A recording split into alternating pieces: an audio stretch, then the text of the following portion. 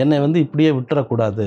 நீ வந்து எனக்கு கடைசி காலத்தில் நான் வந்து என்னை தேனியில் தான் என்னை வைக்கணும், படுக்க போடணும் அப்படிங்கிறத சொல்கிறார்.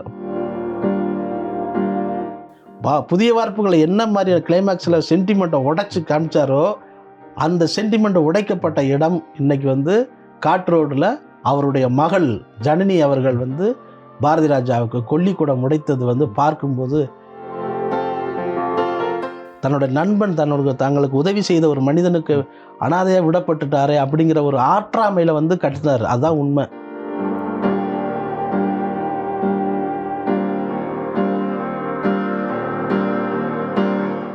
உணவு கொடுக்கறதுக்கு மட்டும் ஒருத்தர் இருக்காங்க. அவர் இறந்த தகவல் வந்து அவருக்கு மூலமாக தெரிஞ்சு கங்கைமரனுக்கு தெரிஞ்சோன்னா அவர் தான் முதல்ல வந்து பாரதி ராஜா உடல் அருகே வர்றாரு. சொத்துக்களை பிரித்து குழந்தைகளுக்கு கொடுத்து விடுங்கள் அப்படின்னு சொல்லியிருக்காரு இல்லையா? அதன்படி பார்த்தா பாரதி ராஜா அவர்கள் செய்யலை அப்படின்னு தான் நான் நினைக்கிறேன். நல்லடக்கம் செய்யப்பட்ட அந்த இடத்துல நடந்த சில சம்பவங்கள், வேண்டாத சில விருப்பத்தகாத சில சம்பவங்கள் வந்து உண்மையிலே கவலை அளிக்குது. இவர்கள் வந்து மனோஜ் குடும்பத்தையும் அரவணைத்து கொள்ள வேண்டும் அப்படிங்கிறது நம்முடைய பெரிய ஆசை. பதட்டமாக இருக்குது, பதட்டத்தை விட வருத்தமாக இருக்குது, கவலையாக இருக்குது. மனோஜ் குடும்பத்தை கைவிட்டு விடுவார்களோ அப்படிங்கிற கவலை எனக்கு இருக்கு.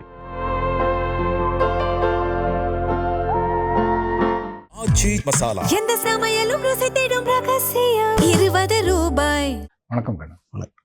இயக்குனர் இமயம் பாரதி ராஜாவோட இறுதிச் சடங்குகள் முடிஞ்சிடுச்சு. வந்து தமிழ் சினிமாவில் வந்து ஒரு சகாப்தம் ஒரு முடிவுக்கு வந்திருக்கு. வந்து முதல்ல வந்து பாரதி ராஜாவோட இறுதிச் சடங்குகளை சென்னையில் தான் பண்ணணும் அப்படின்னு சொல்லி தான் நிறைய பேர் பேசுனாங்க. அங்கே தான் இருக்கும் அப்படின்லாம் சொன்னாங்க. வந்து எனக்கு இதில் வந்து அவரோட ஆசை வந்து வத்தலகுண்டில் பண்ணுறது, அங்கே தான் பண்ணணும்னு அவர் சொல்லியிருக்காரு அப்படின்ற மாதிரி தகவல் வந்தது. இப்போ அங்கே தான் பண்ணியிருக்காங்க. வந்து எங்கே அவர் இதை சொல்லியிருக்காரு, வத்தலகுண்டு தான் பண்ணணும் அப்படிங்கிறது? பாரதி ராஜாங்கிறத மகா கலைஞனின் அந்த என் இனிய தமிழ் மக்களே, பாசத்துக்குரிய பாரதி ராஜா, இந்த மாதிரியான இந்த குரல் வந்து இப்போ எங்கே கேட்டாலும் நமக்கு வந்து பதட்டமாக இருக்குது.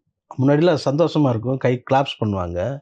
இப்போ வந்து கொஞ்சம் 2 நாள் காலையிலேருந்து ஓடிட்டுருக்கு. அதை கேட்டோன்னே நமக்கு ரொம்ப மனசை வந்து சோகமாக கவிக்குது. ஒரு நாளும் அவர் பிறந்த மண்ணையும் அந்த கிராமத்தையும் ஒரு நாளும் விட்டு கொடுத்ததே கிடையாது. அவர் போகாத உலக நாடுகள் கிடையாது. எல்லா தமிழர்கள் இருக்க எல்லா இடங்களுக்கும் அவர் போயிட்டு வந்திருக்காரு. ஆனால் அவருக்கு அந்த நேராக போய் அவங்க அந்த மண்ணில் தேனியிலையும் அந்த மல்லிநகரத்துலேயும் அந்த வீரப்பன் ஐயனார் கோவில் அந்த அங்கே மலை சார்ந்த ஒரு மலையடி வாரத்தில் இருக்கிற கெஸ்ட் ஹவுஸில் இருக்கிற மாதிரியான ஒரு மகிழ்ச்சியை வந்து அவர் வேறு எங்கே போனாலும் அவர் அனுபவித்தது கிடையாது. அதை வந்து நேரடியாக பல இதில் சொல்லியிருக்காரு. சூழலில் வந்து மகள்கிட்ட ஜனனி அவர்கள்ட்டையுமே வந்து என்னை வந்து இப்படியே விட்டுறக்கூடாது, நீ வந்து எனக்கு கடைசி காலத்தில் நான் வந்து என்னை தேனியில் தான் என்னை வைக்கணும், படுக்க போடணும் அப்படிங்கிறத சொல்கிறார். படுக்க போடணுங்கிற அவர் சொல்கிறது வந்து அவர் கிடத்துறதை வந்து சொல்கிறார். அவர் உயிரற்ற உடலை கிடத்துறதை வந்து அவர் ஒரு பாசையில் வந்து சொல்கிறார், படுக்க போடணும். அதே மாதிரி நெருக்கமான நண்பர்கள் எல்லாருக்கிட்டே சொல்லி வச்சுருக்காரு. இளையராஜா சார்கிட்டே சொல்லியிருக்காரு, கங்கைமரன் அவர்கள்ட்டே சொல்லியிருக்காரு. பாரதி ராஜா அவர்களுக்கு வந்து ஒரு பெரிய ஆசை என்னென்னா, வேதம் புதிது படத்தில் வருவது போன்ற அந்த கதை காட்சிகள் மட்டுமல்ல, தன்னுடைய வாழ்க்கையிலும் அப்படி ஒரு குடும்பத்திலும் அப்படி ஒரு விஷயம் நடக்கணும் அப்படிங்கிறத வந்து அவர் மனசில் நினச்சிக்கிட்டு இருந்திருக்காரு. அதுக்கு உதாரணமாக ஒரு விஷயம் சொல்லணும்னா, அவருக்கு நெருக்கமான ஒரு பிராமணன் நண்பர் ஒருத்தர் இருக்கார்.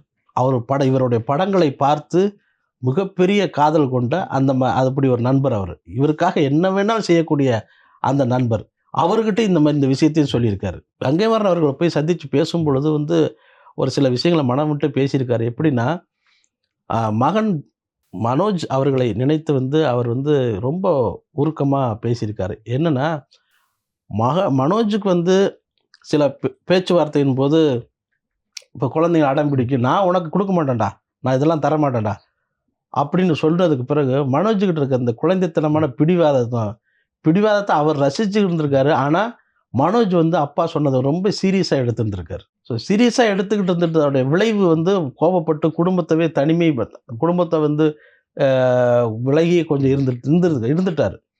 அதை வந்து இப்போ சொல்லி அழுதுருக்காரு பாரதி ராஜா அவர்கள். நான் அவன்கிட்ட சும்மா தான்டா சொன்னேன், நான் வந்து இந்த இதை தரமாட்டேன், அந்த இதை தரமாட்டேன் அப்படிங்கிறத நான் சும்மா சொன்னேன். அதாவது தரமாட்டேங்கிறது சொத்துக்கள் தான். அந்த கடையை கொடுக்க மாட்டேன், இந்த இடத்த தரமாட்டேன் இப்படிங்கிற மாதிரி அந்த விஷயம் நான் சும்மா தான் நான் விளையாட்டுக்கு சொன்னேன். ஆனால் அவன் சீரியஸாக எடுத்துக்கிட்டு இப்படி போய் சேருவான்னு நான் நினைக்கலடா அமர் அப்படின்னு சொல்லியே கங்கைமரன் அவர்கள்ட்ட வந்து கண்ணீர் விட்டு அழுதுருக்காரு. இப்படி கடைசி காலம் வரைக்கும் மகனுடைய பிரிவு வந்து ரொம்ப அவரை வந்து துயரத்தில் ஆழ்த்தி இருக்கு. அது வந்து மறுக்கவே முடியாது. அப்படியான இந்த விஷயத்தை வந்து பகிர்ந்துக்கிட்ட பொழுது தான் திரு கங்கைமரன் அவர்கள்ட்டையும் வந்து அவர் சொல்லியிருக்காரு, என்னை எங்கே போட்டுறாதீங்கடா, என்னை வந்து தேனியில் போய் கிடத்திருங்க, எனக்கு அங்கே தான் என் இடம் அப்படிங்கிறத இதுவே அவர்கிட்டையும் சொல்லியிருக்காரு.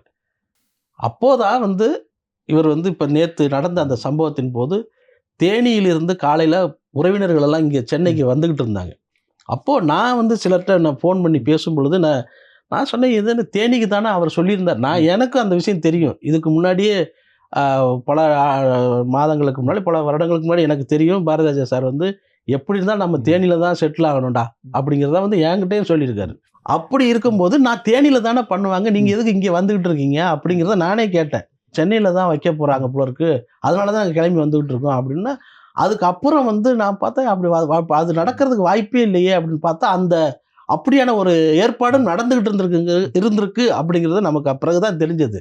திரு வைரமுத்து அவர்களும் கங்கைமரன் அவர்களும் பிடிவாதமாக இருந்திருக்காங்க. அது கங்கைமரன் அவர்களும் தீவிரமாக அதில் வந்து இருந்து சொல்லியிருக்காரு. அவருடைய ஆசைப்படி நாம் வந்து அவரை வந்து வத்தலக்குண்டு பகுதியில் இருக்கிற அந்த காற்றோடு பகுதியில் தான் நீங்கள் வந்து அவரை வந்து வைக்கணும், அதை வந்து நீங்கள் வந்து மறுக்கக்கூடாது அப்படின்னு சொல்லி அந்த ஏற்பட்ட அந்த அழுத்தத்தின் காரணமாக அதுக்கு பிறகு முடிவெடுக்கப்பட்டு தேனிக்கு கொண்டு போகணும் அப்படிங்கிற ஒரு முடிவுக்கு வந்துட்டாங்க எல்லாரும். இயக்குநர்கள் சிலரும் வந்து திரு சீமான் அவர்களும் சேர்ந்து அப்பாவோட ஆசை இதுதான் அப்படின்னு சொல்லவும் தான் இதுக்கு வந்து எல்லாரும் சரி அங்கே போய் வச்சுக்கலாம் அப்படின்னு முடிவு பண்ணியிருக்காங்க.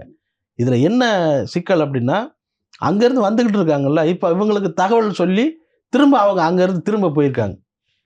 திரும்ப போயிட்டு ஊருக்கு தேனிக்கு போயிட்டு அங்கே போனதுக்கு பிறகு தான், அதன் பிறகு மாலையில் வந்து இந்த உடல் கிளம்பி அங்கேருந்து போய் இங்கே தனித்தனியாக சில பேருந்துகளை பிடிச்சி இங்கே உள்ள உறவினர்கள்லாம் அங்கே எடுத்துகிட்டு போய் அங்கே உள்ள இடங்களுக்கு போய் அங்கே வந்து இந்த மரியாதையை செய்துருக்காங்க.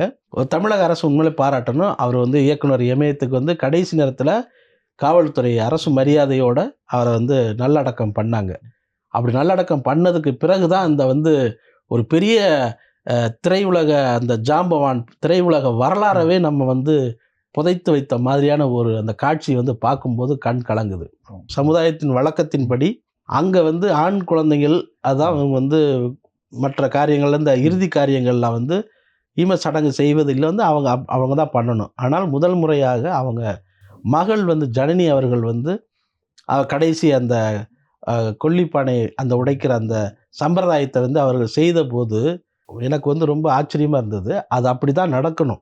அது என்ன, ஒரு பெண் வந்து வரக்கூடாது சொல்லிக்கிட்டு இருந்த அந்த அந்த கட்டுப்பாடை மீறின ஒரு ஒரு ஒரு வித்தியாசமான ஒரு புரட்சியை அவர் அந்த இயக்குனருடைய அந்த அந்த அவருடைய சித்தாந்தத்தின்படி அவர் சிந்தனைப்படி ஒரு மகள் வந்து தன்னுடைய தகப்பனுக்கு வந்து அங்கே வந்து கொல்லி வைத்தது அப்படிங்கிறது வந்து ரொம்ப கவனிக்கக்கூடிய விஷயம். ஊரில் தான் எனக்கு என்ன படுக்க வைக்கணும் அப்படின்னு சொன்னார் அப்படின்னு சொல்லி வந்து பொதுவாக அவங்க சமூகத்தில் வந்து எரிக்கிறது தான் வழக்கம்னு நினைக்கிறேன். வந்து ஏன் இதை அவர் குறைக்கிறது அப்படிங்கிற முடிவுக்கு போனாங்க? அதுக்கு வந்து எனக்கு தெரிஞ்சு அது வந்து கங்கைமரன் தான் வலியுறுத்தி இருப்பாருன்னு நினைக்கிறேன். கங்கைமரன் இன்னும் சிலர் சேர்ந்து அவரை வந்து ஒரு நினைவிடமாக வைக்கணும், அதுக்கு திட்டமிட்டுட்டாங்க.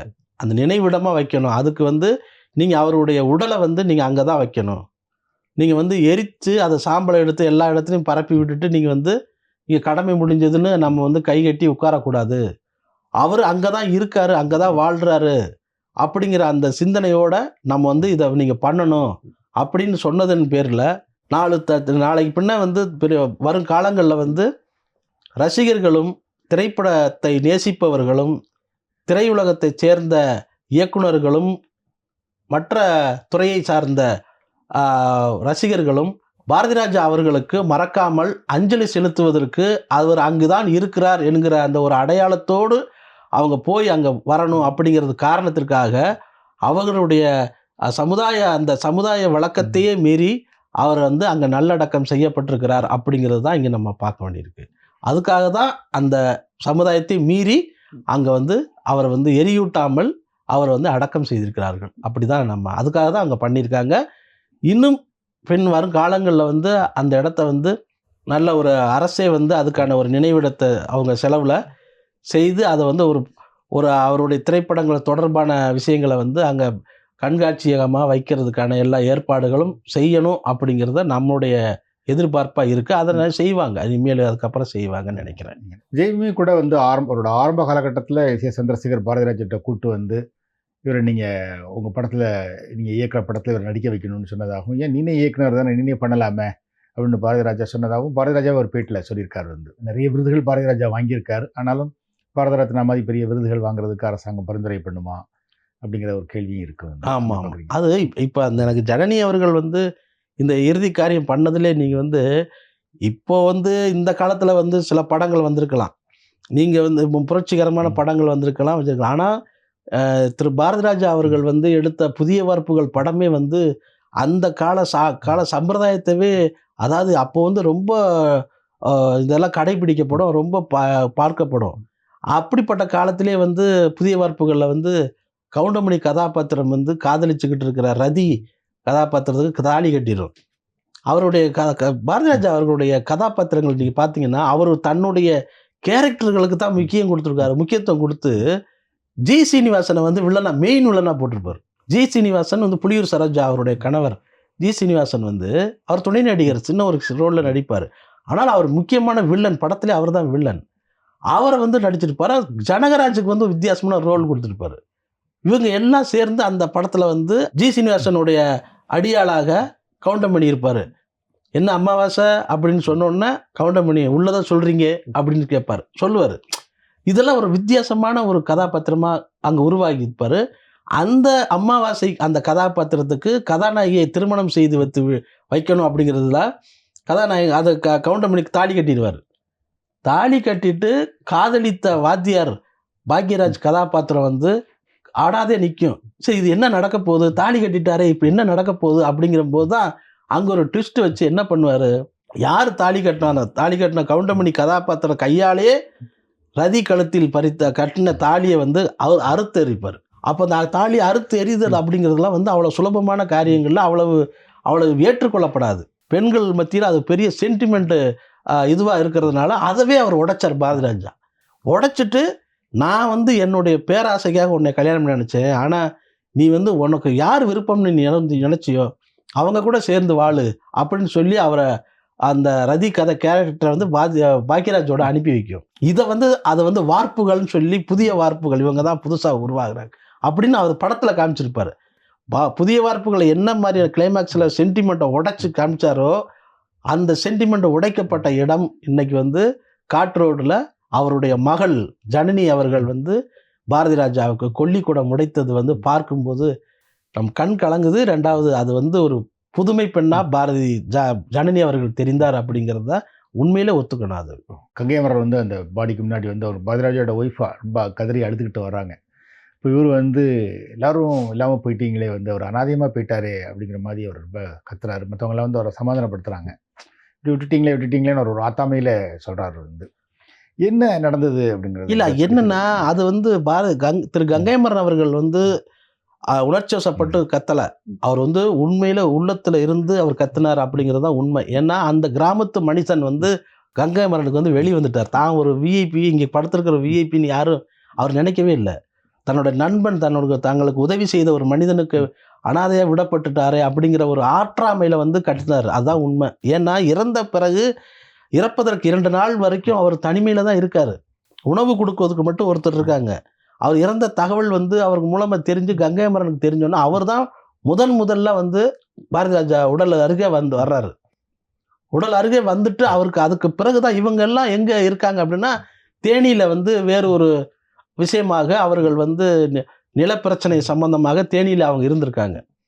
அந்த தகவல் இவருக்கு தெரிஞ்ச பிறகு தான் இவர் வந்து கொந்தளிச்சு இது பண்ணுறாரு. இது உங்களுக்கு வந்து எல்லாமே இவர் போட்ட காசு எல்லாமே பாரதிராஜாங்கிற வந்து பெட்ரோல் பங்க்கில் வேலை பார்த்து நீங்கள் அப்படி கால ஓட்டத்தை அப்படி பாருங்கள், பின்னோக்கி பாருங்கள். அப்போ ஒரு பெட்ரோல் பங்க்கில் வேலை பார்த்து தன்னை நம்பி வந்த கங்கையமரன், இளையராஜா, பாஸ்கர் அவங்கள எல்லாத்துக்கும் தன்னுடைய சம்பளத்தில் வந்து சாப்பாடு வாங்கி கொடுத்து அவங்கள வந்து வளர்த்து விட்ட பாரதிராஜா அவர்கள் சம்பாதித்தது வந்து எவ்வளவு பணமாக வேணா இருக்கலாம், எவ்வளோ வீடுகள், எவ்வளோ சொத்து, எவ்வளோ நிலம், எவ்வளோ ஸ்டுடியோ, எது வேணா இருக்கலாம்.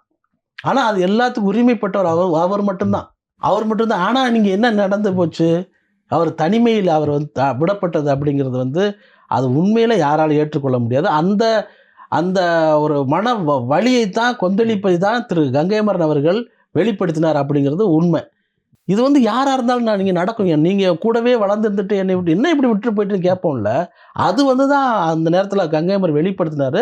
அதில் ஒன்றும் தப்பே இல்லை. இது அவங்க குடும்பத்தை சார்ந்தவர்களே ஒத்துக்குவாங்க. ஏன்னா அவர்களை விட திரு இளையராஜா, திரு கங்கைமரன் அவர்களுக்கு பாரதி ராஜா மீது அக்கறை அதிகம்.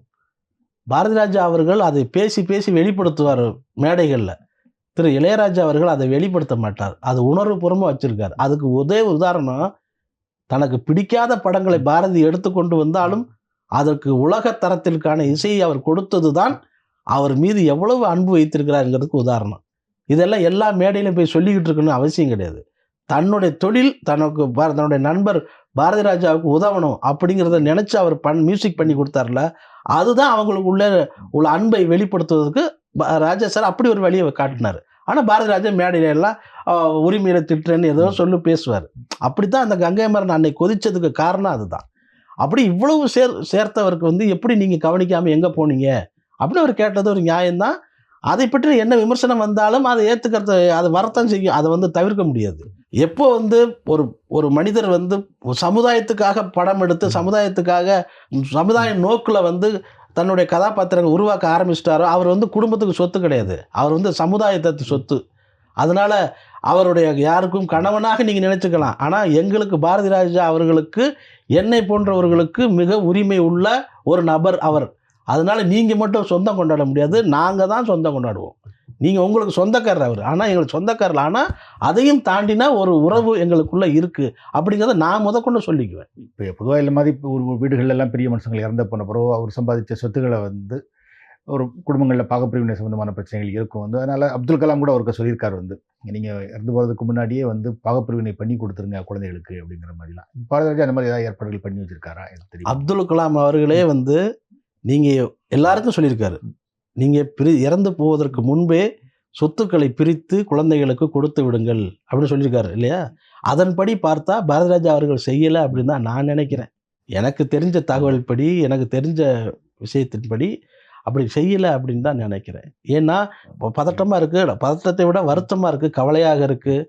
மனோஜ் குடும்பத்தை கைவிட்டு விடுவார்களோ அப்படிங்கிற கவலை எனக்கு இருக்குது. மனோஜோட ஒய்ஃப் வந்து வெளியிலேருந்து வந்தவங்களா இருந்தாலும் அவங்களுக்கு வந்து அவர் கணவன் இல்லைன்னு தன்னோட மருமக இல்லையா, மருமக அதை வந்து அவங்க ஏற்றுக்கணும். அதை அவங்க ஏற்றுக்கிட்டு இருக்காங்க. குழந்தைகள் இருக்காங்கல்ல அவங்களுக்கு, அது வந்து தன்னுடைய பாரதி ராஜாவுடைய வழிவு தோன்றல் தானே. அவங்க தான் கடைசியில் அந்த குழந்தைங்க பூரா பார்த்துக்கிட்டாங்க. அந்த அந்தனா அவர்கள் அதிகம் பேச தெரியாத ஒரு கேரளத்தை சேர்ந்த ஒரு பெண்ணாக இருக்கும் பொழுது நாம தான் அவங்களுக்கு எல்லாத்தையும் விட்டு கொடுத்து அவர்களை வந்து அரவணைக்கணும் அப்படிங்கிறது தான் என்னுடைய ஆசை. ஆனால் நல்லடக்கம் செய்யப்பட்ட அந்த இடத்துல நடந்த சில சம்பவங்கள், வேண்டாத சில விருப்பத்தகாத சில சம்பவங்கள் வந்து உண்மையிலே கவலை அளிக்குது. இவர்கள் வந்து மனோஜ் குடும்பத்தையும் அரவணைத்து கொள்ள வேண்டும் அப்படிங்கிறது நம்முடைய பெரிய ஆசை. அவங்க நிச்சயம் அரவணைப்பாங்க. ஆனால் பாரதி ராஜா இருக்கிற வரைக்கும் அவர் குடும்பத்தில் பார்த்துக்கிட்டார் அப்படிங்கிற மாதிரி தான் தகவல். இல்லை, பார்த்துக்கிட்டாங்க, எல்லாம் பார்த்துக்கிட்டாங்க. நீங்கள் வந்து இல்லை, பாரதி ராஜாவே ரொம்ப அக்கறை எடுத்து ஆமாம் மனோஜ் குமார் பார்த்துக்கிட்டாரு, அது எல்லாம் பண்ணார். ஆனால் அடிப்படையில் வந்து நான் ஏற்கனவே சொன்னேன்ல, வேதம் புதிது படத்தில் ஒரு தேவருக்கும் ஒரு பிராமண பெண்ணுக்கும் திருமணம் செய்து வைக்கிற அந்த ஒரு காட்சி இருக்குல்ல, கதை இருக்குல்ல, அந்த கதை வந்து தன்னுடைய குடும்பத்தில் நடக்கணும்னு சொல்லி பாரதி ராஜா ரொம்பவும் விருப்பப்பட்டார். அதுக்கு அவர் வந்து தேர்ந்தெடுத்து வச்சிருந்த ஒரு கேரக்டர் வந்து மனோஜ். அதுக்கு இவருக்கு நெருக்கமான ஒரு பிராமணர் சமூகத்தை சேர்ந்தவர் சொன்னல, அவர் வீட்டில் இவருக்கு திருமணம் செய்ய வேண்டும் என்று விரும்பி இருந்தார். அதான் உண்மை. அவங்க வீட்டில் வந்து மனோஜை வந்து பிராமணர் வீட்டில் வந்து ஒரு பெண்ணுக்கு திருமணம், அவர் ரெடியாக இருக்கார். யார்? அவருடைய நண்பர். இவருடைய திரைப்படங்களை பார்த்து பார்த்து கண்ணீர் விட்டு அழுது கதறி அந்த பிராமணர் குடும்பத்தை சேர்ந்தவர்கள் அனைவரும் பாரதி ராஜா அவர்கள் இல்லத்தில் வந்து திருமணம் செய்துவதற்கு சம்பந்தம் செய்துவதற்கு தயாராக இருக்கிறார்கள். அந்த நேரத்தில் தான் மனோஜ் அவர்கள் வந்து காதல் திருமணம் செய்தது வந்து அவர் உள்ளபடியே வந்து இயக்குனர் திரு பாரதி ராஜா அவர்களுக்கு மன வருத்தமாக இருந்தது. ஆனாலும் அதுக்கு அடுத்தடுத்த வர்ற நாட்கள் வந்து அதை மறந்துட்டு அடுத்த குடும்பத்தை அரவணைத்து கொள்ள வச்சுக்கிட்டு தான் இருந்தார். குழந்தை அந்த வந்தனா அவர்களுடைய மனோஜ் நந்தனா அவங்களுடைய குழந்தைகள் மேலே பாரதி ராஜாவுக்கு தனி பாசம் எப்போது இருக்கு. அவங்க வந்து பார்த்தாங்க. அவங்க வந்து அந்த நேரத்தில் வந்து மனோஜ் கடந்த ஆண்டு இறந்த அந்த நாளில் வந்து அந்த குழந்தைகளை கை விடாமல் ரொம்ப தடுமாற்றத்தோடு பிடிச்சிக்கிட்டு இருந்தார் அந்த குழந்தைகளை. அதை காட்சியெல்லாம் பார்க்கும் பொழுது அவர்கள் வந்து அந்த குழந்தைகளை வந்து நம்ம வந்து அவர்கள் பாரதி ராஜா குடும்பம் கைவிட்டு விடக்கூடாது அப்படிங்கிறது தான் நம்முடைய ஆசையாக இருக்குது. அதாவது பகைமையை மறந்துடுவோம். பகைமையை மறந்துட்டு அவர்களுடைய ரத்தம், அவர்களுடைய நம்முடைய வாரிசுகள் அப்படிங்கிற அந்த மனப்போக்கில் அவங்க வந்து இருப்பாங்கன்னு நினைக்கிறேன். கண்டிப்பாக இருப்பாங்க. தொடர்ந்து பாரதி ராஜா அவர்களுடைய அந்த நல்லடக்கம் செய்யப்பட்ட இடத்தை வந்து இனி அடுத்த கட்டமாக வந்து நம்ம அதை தான் பார்க்கணும். அது சின்ன சின்ன விஷயத்துக்காக நம்ம வந்து சண்டை போட்டுட்டு இருக்கக்கூடாது. குடும்பத்தில் இருக்கவங்களே வந்து பாரதி ராஜா புகழை வந்து இன்னும் அடுத்தடுத்த தலைமுறைக்கு எடுத்து செல்றதுக்கு என்னென்ன வழி இருக்கோ அதை வந்து செய்யணும். அதை வந்து இயக்குநர்களையும் சேர்ந்து குடும்பத்தினரிடம் அனுமதி கேட்டு இயக்குநர்களோடு சேர்ந்து அவர்களும் சில யோசனைகள் செய்து அந்த அவருடைய திரைப்படங்கள் தொடர்பான பல விஷயங்கள், பல்வேறு விஷயங்களையோ இங்கேயோ அங்கேயோ சென்னையிலேயோ அல்லது வந்து காற்றோடு பகுதியிலேயோ எங்கேயோ ஒரு இடத்துல அதை நிர்மாணிக்கணும் அப்படிங்கிறது தான் நம்மளுடைய ஆசை. ஆமாம், நீங்கள் சொன்ன மாதிரி அவங்க ஒரு நினைவிடம் எழுப்பி அது ஒரு பெரிய ஒரு அருங்காட்சியகம் மாதிரி வந்து அவர் சம்மந்தப்பட்ட விஷயங்கள் எல்லாமே, அவர் சம்மந்தப்பட்ட வந்த புஸ்தகங்கள், அவரோட படங்கள், அவரோட புகைப்படங்கள் எல்லாம் அங்கே வச்சுக்கிட்டு வந்து அவங்க போனால் பாரதி ராஜாவை ஒருத்தர் தெரிஞ்சுக்கணும். அது அப்படி தான் இருக்கணும். நினைவிடம்னா வெறும் மண்டபத்தை கட்டிட்டு கேட்டை போட்டு பூட்டிட்டு அதை வந்து காக்கா உட்கார அந்த மாதிரி இருக்கக்கூடாது. இப்படி தான் ஆக்கப்பூர்வமாக வைக்கணும். சும்மா வெறும் மண்டபமாக வச்சுக்கிட்டு பூட்டிட்டு போகிறதுக்கு வைக்கக்கூடாது. அப்படி பாரதிராஜா அவர்களுக்கு வந்து அங்கே என்ன திறமையை வெளிப்படுத்துகிற காட்சிகளை திரையிட்டு காமிக்கிறதுக்கு மாதிரி அந்த மாதிரி படங்களை வந்து திரையிட்டு காமிக்கிறது, அங்கே படிக்கிறது, திரைப்படம் சம்பந்தமான ஆய்வு செய்கிற மாணவர்களும் ஆய்வு செய்கிற படிக்கிற என்எஃப்டிசியில் படிக்கிறவர்களும் சரி, நம்ம ஃபிலிம் இன்ஸ்டியூட்டில் படிக்கிறவர்களும் சரி, அவர்கள் வந்து இந்த இடத்துக்கு போய் பாடம் படிக்கிற மாதிரி திரைப்படத்தை பற்றி கற்றுக்கொள்கிற மாதிரியான ஒரு சூழலை ஏற்படுத்தணும்.